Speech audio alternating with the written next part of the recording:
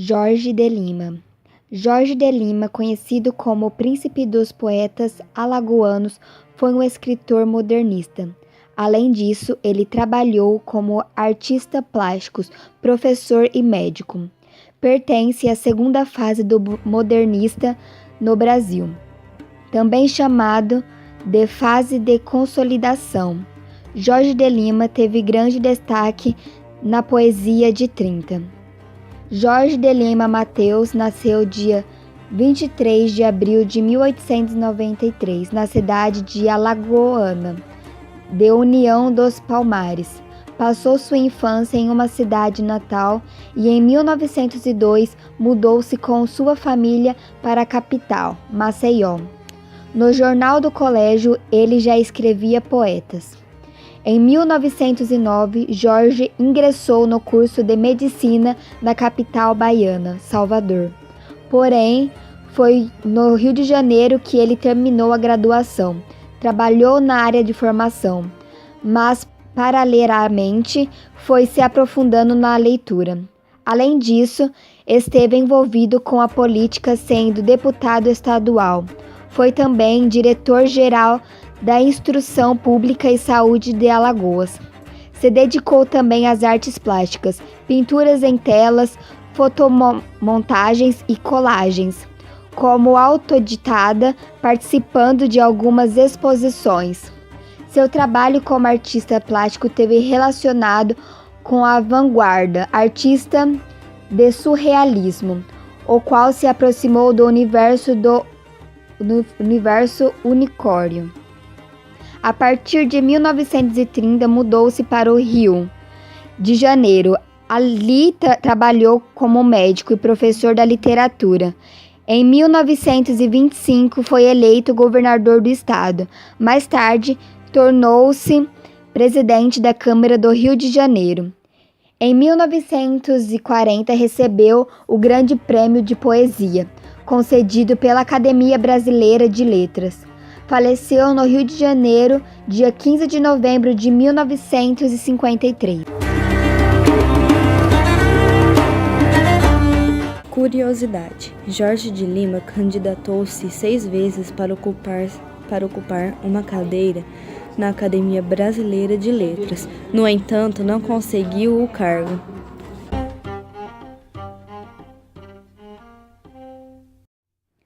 Obras.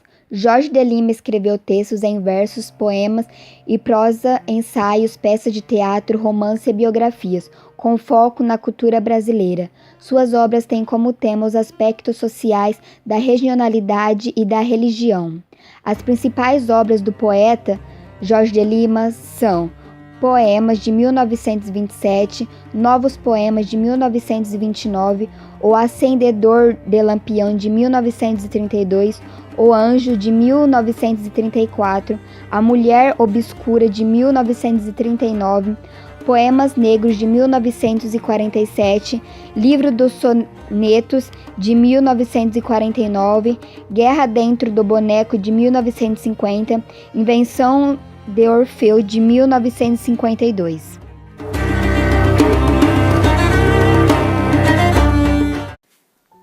Invenção de Orfeu. Caída a noite, o mar se esvai, aquele monte desabre e cai silentemente.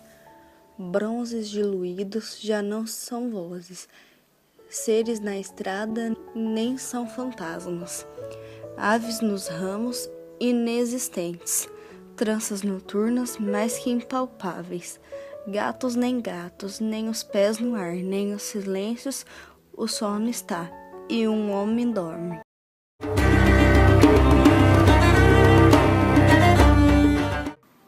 Segunda geração modernista. A segunda geração modernista, ou segunda fase do modernismo no Brasil, representa o segundo momento do modernismo no Brasil, que se estende de 1930 a 1945, chamada de Geração de 30.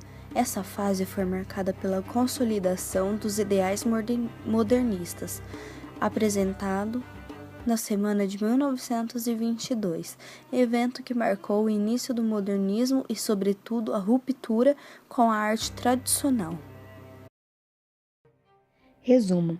Para muitos estudiosos do tema, a segunda geração modernista representou um período muito fértil e rico para a literatura brasileira, também chamada de fase de consolidação. A literatura brasileira estava vivendo uma fase de maturação, com a concretização e afirmação do novo valor moderno. Além da prosa, a poesia foi um grande foco dos literatos.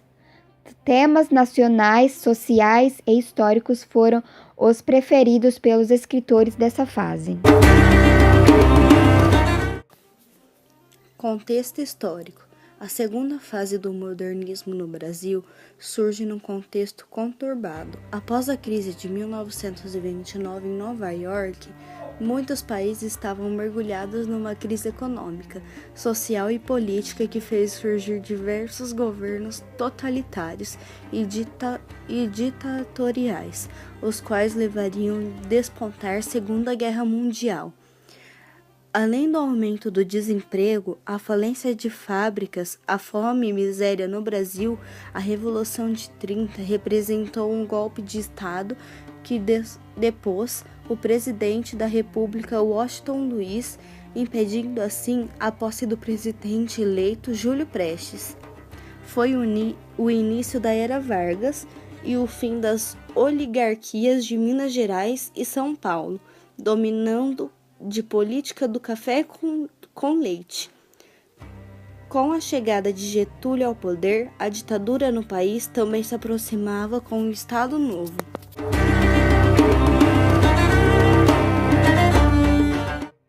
Características. As principais características dessa fase foram influência do realismo e romantismo, nacionalismo, universalismo e regionalismo, realidade social, cultural e econômica, valorização da cultura brasileira, uso de verbos livres e brancos. Poesia de 30. O melhor momento da poesia brasileira aconteceu na segunda fase do modernismo. Ela se caracteriza pela abrangência temática em virtude da racionalidade e questionamentos que norteavam o espírito dessa geração. Principais autores da poesia da segunda geração: Carlos Drummond de Andrade, Cecília Meirelles, Jorge de Lima, Murilo Mendes, Vinícius de Moraes.